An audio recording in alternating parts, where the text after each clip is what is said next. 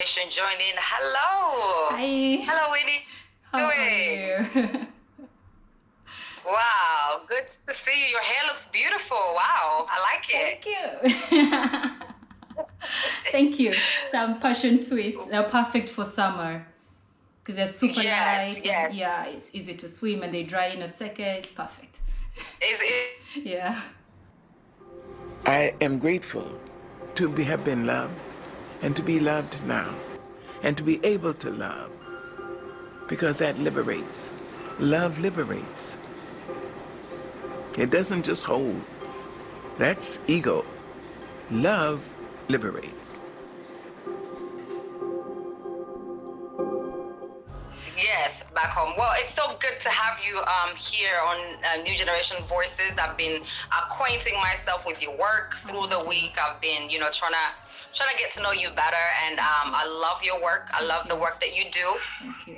I love the designs, mainly because I see the African touch that really inspires me. Oh, yes, thank you. Really that is the inspires plan. me. That is the plan. Yeah. But yeah. I've been in and out of Uganda, and I'm acquainting myself with you. And one of the main reasons why I really felt it was important to invite you to this talk today is because as a leader or as a community leader, somebody who inspires a lot of people, I like us to talk about things that are going to move us forward as our country. Tell us a little bit about when you started your fashion and is it that you do it in Spain? Okay. Basically, I started fashion when I was in Uganda. Yeah, in 2015 is when I started, but it was mainly African designs, all African in everything. The dress was totally African, the shorts were totally everything was totally African. But then when I moved here, there was that gap where people were not dressing the African print, the ones who are not from Africa, and the Africans were dressing only the African print. And I felt like there was a need, there was a gap there that needed to be filled, a gap of how to integrate the two cultures together so that the people can be able to dress them, to dress in the African print. And more so because the people that are mainly around me, they are white. And when they were coming to see my product, they were saying, oh no, it's so loud, we cannot wear this. It's beautiful, but I think it looks better on a dark skin. It will not look good on me. So I wanted to create that balance where they can feel comfortable enough to wear our print. And then we can also be able to wear our print and walk on the street, but be proud that we're wearing African print.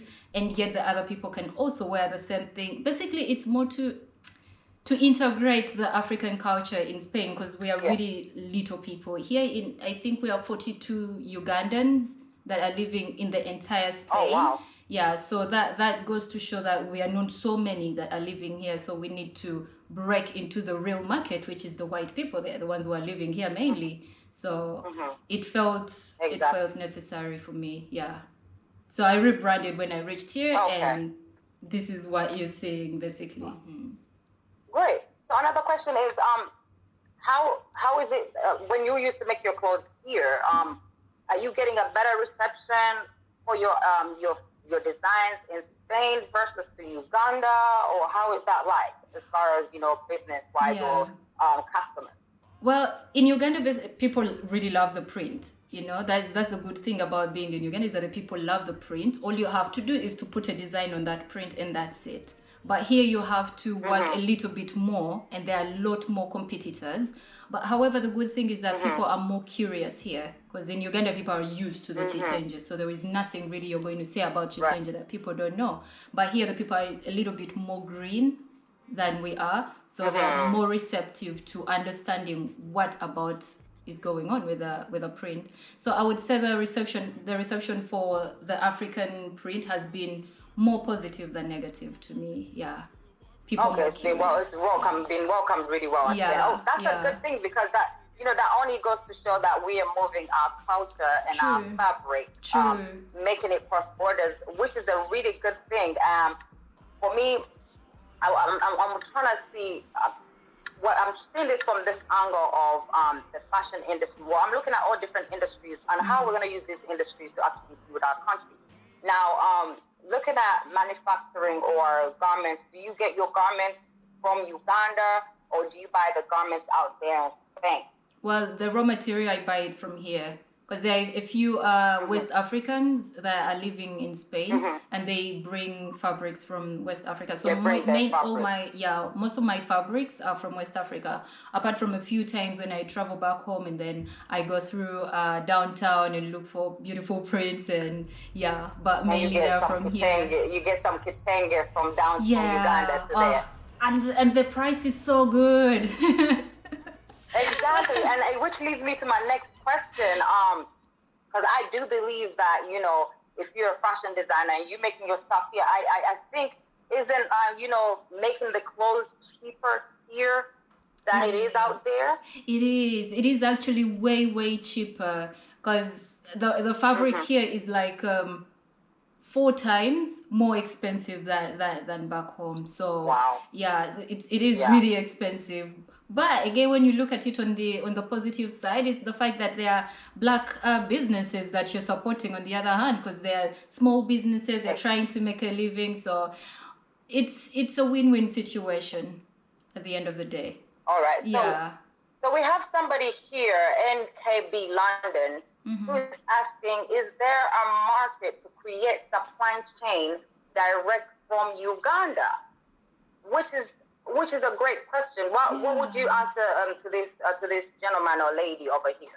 Well, there isn't a direct chain of supply from Uganda. Unfortunately, there isn't any. Because I think the Ugandans that are living here, the 42 of us, there are like 2 more ladies that are doing fashion, but not really deep into it for us to have that kind of influence to import fabric to here. You know? Wow, that's amazing. And again, this is why we're having this conversation, because I'm sure there are people who might be watching, or people who could get to watch this conversation. And here we go. Maybe there is a business opportunity for somebody to actually directly, you know, supply the material from out here, because these are all the things that are going to help our economy. Exactly. You know, as far as, you know, getting dollars or euros or pounds out here, so you know, we can get the money in circulation. So, what would you think? What do you think we need as Uganda to make it easy? Because the fashion industry is there. It's really there. Yeah. The designers are there, but I feel like it doesn't have enough or a big of a platform here in Uganda as it should. Because guess what? Most of the supermodels are African. You know what I mean? I know. Most supermodels are African, so we actually export models. Yes. Why can't we export our fabric? Why? Because we have a lot of raw material, a lot of resources out here that we can export out there. So what do you think that we need to do as the country or as the people to be able to make this happen? I think first we have to start looking at fashion not only as a buy employment opportunity or whatever. It's looked at more as the other thing that, you know, against the kuiga chalani, you know. If we remove that mentality and start to look at it more as a business venture, I think that would be a better way to start. Because like the music industry, it also started in the same way, where you say music and people are like, oh, you know, they're looking for... Exactly, you know, they're just looking for an excuse, you know, or you're doing fashion, that one is dumb. So they are trying to look for an excuse in life, you know. If we remove all of these negativities from it and we start looking at it as a job, then it's gonna be a very good start. Because one of the richest people in the world is actually a fashion business person, and that is the Zara person. I don't want to mention names. Zara. Yes. He's one of the richest, you know, and it goes to show, it goes to show that there is a whole lot of money to be made if only we start to look at it as a business venture and invest a little bit more of ourselves and our little resources that we can. Then I think that would be a better start for the economy, you know. Wow, that's amazing. And you know what, I think maybe we should start, we should have more manufacturing plants, or like, you know, because like you said, Zara, whoever the owner of Zara is, the richest, you know. And I used to work at Zara, and I've seen their clothes. I mean, there's nice clothes, but again, like I don't think there's any fabric or anything that we can't make out here in Africa. And I feel like maybe if we invest more into like factories that actually make clothes, that could help. So that way we can be able to, because most of the clothes, Zara actually, they make their clothes in some other European Bangladesh countries. or China somewhere. Exactly. And then those clothes come from there, made cheaply and sold really expensive in the Zara store. Exactly. You know what I mean? Yeah, and then I've also been seeing here in Uganda, we have like stuff. We have stores like we have Tech, we have what's this other place called? Basically, we have stores that are actually sell clothes, but they're from South Africa, which is just here. You know what I mean? Yeah. So moving on, I'm just trying to figure out like what can fashion designers, especially the ones that are coming up, what should they, who are still out here in Uganda, what should we do to move our fashion to cross the border? Because you moving, being in Spain is one of the things that actually helps help our fashion move abroad, because now you getting your fashion introduced to the Spanish people, and and people in Uganda as well, because you have a market here and a market there. So for the people who maybe can't even travel or cannot move to other countries, what advice would you give these designers as far as making their designs go out there? Okay. First, I want to say take advantage of every influencer that you know. These people reach a lot of people. They reach so many borders. They cross borders. There's so many people that watch Robin that Robin doesn't know that they are actually watching her, So you are going to watch Robin and think that, well, she's just a Ugandan girl. But no, she crosses borders, So take advantage of every influencer that you know. Try to reach out to many as you can. Of course, there are a whole lot that will say no, because let's face it, there are some that are just slay queens. They're not in for making your business known. But then there are people that are really willing to push their name and any brand with them up. So I would say that would be a better start for an upcoming designer. It's a really, really good opportunity, because lately they are the people that are making actually a lot of money, the influencers. So start from the influencers, contact as many as you can, and after that you just be hopeful. However, for those that have already made it, I mean, they're big names, like the Anita Berry. She was I think in 2017 she was in Barcelona Africa Fashion Week, and I was happy to go to see her, because it's these kind of people are the ones that are going to put the name up on the map. So if the big designers try to also cross the borders and not look at just winning accolades in Uganda and try to move to the next country, go to Kenya, go to wherever you can, because the more the people will know our name, the more they will want to invest in our country. Because why is Zara going to produce in Bangladesh? Because they have shown that they have the raw material, and they are not exporting their raw material, And Uganda, we have the raw material. We have the fertile soil. We can grow our own cotton. We can market ourselves, because it doesn't make sense for us to grow on oranges, take them to another country and then go to that country to buy juice. It doesn't make sense, So why don't we try to because there is a whole lot of gap from the raw material. By the time it becomes the byproduct, there is a whole lot of employment opportunities that we are deleting in there. So I think if we concentrate on looking at ourselves inside, the designers that have made it, to try and push the name and create that visual effect on the investors, I think it will be a starting point. Yeah. Because people know Kenya than Uganda. Why? Because Kenya has sold themselves as a tourist destination. Because here I work in a shop, and when it's like, oh my God, where are you from? And I'm like, Uganda. And they're like, what? Who? You know, Yeah. they don't know where it is. Like, oh, the one neighbor in Kenya. Oh, Kenya. Oh, yeah, I know that one. And the one who knows kind of Uganda thinks I'm saying Rwanda. I'm like, no, it's not Rwanda. It's Uganda. Like, yeah, the ones who had the Uganda. Tutsis and the Hutus. I'm like, oh, Lord. You know? So, Right. yeah, we have to put ourselves out there. Let's not be scared of social media. Let's take advantage of it. Yeah. Mm-hmm. Yeah, I we think need to brand ourselves better. I Yeah. think, like you say, yeah, we need to brand ourselves better as Ugandans. And again, it all goes back to us working together and supporting ourselves. Yeah. Because just like you said about influencers, right? And I've just had this predicament myself. Yeah. I just started a new show that's going to be airing on TV, and this TV is, broadcasting in about 8 African countries. So, so anything, if I'm wearing whatever I'm wearing, just know that it's crossing borders because it's going to be seen. Exactly. And we're under.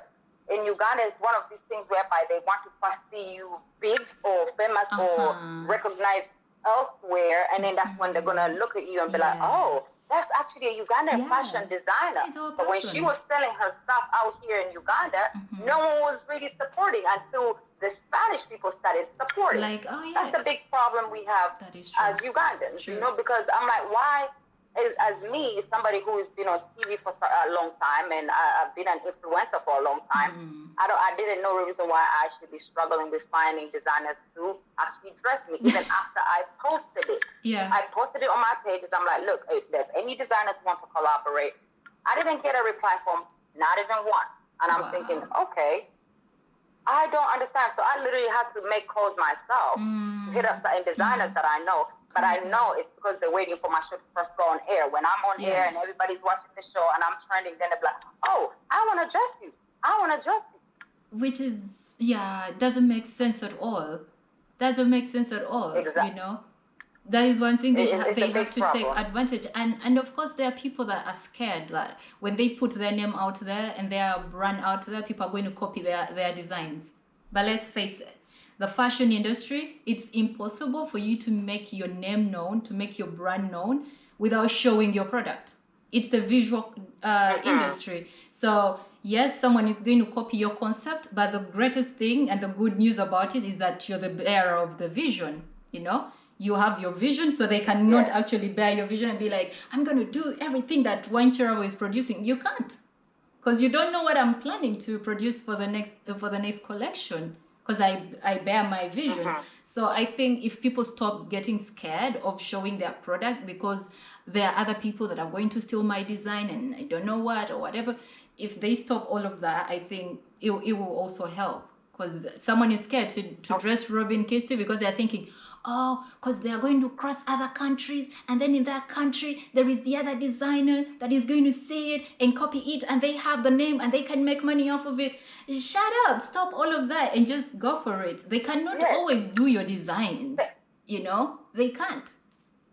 So I think that fear has to go away and just concentrate on who you are, what your vision is, and head for it. Yeah, and also learn to take risks. That's one thing people don't understand. Learn to take risks because you don't know. Some people might be thinking, and most people, this is their biggest problem. They all think about money. All they think about is money. Oh, you want me to dress you? How much you gonna pay me? Yeah. Oh, really? Do you know how much money I'm gonna bring in your pocket? So I guess it's a miscommunication issue, and again, that's why we have this conversation. So many designers might be watching, and they will understand where we're coming from. So since we're talking about Ugandan designers, tell me some of the Ugandan designers that you think are doing good and have potential to cross borders. Maybe I can name a few that I know too. Let's just kind of test ourselves, quiz ourselves. So tell me a few that you know, and I'll tell you a few that I know. I'll go with Anita.